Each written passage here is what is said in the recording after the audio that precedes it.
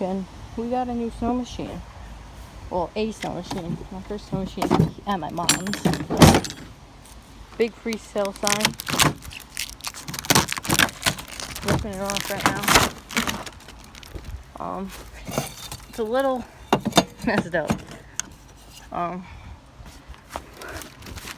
it into my junk trailer. The 2000 Jeg, last registered '02. As far as I know, I'm just guessing on that because that's what it says. Who knows? They could have ripped the last sticker off.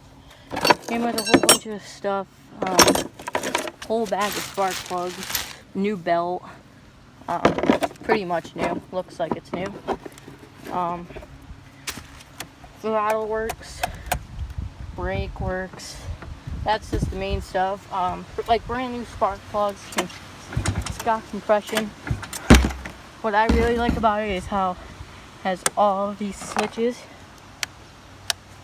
I don't know if any of them work right now, but I'm assuming all of them do. It's a nice snow machine. I think I'm gonna have to drain the gas out though.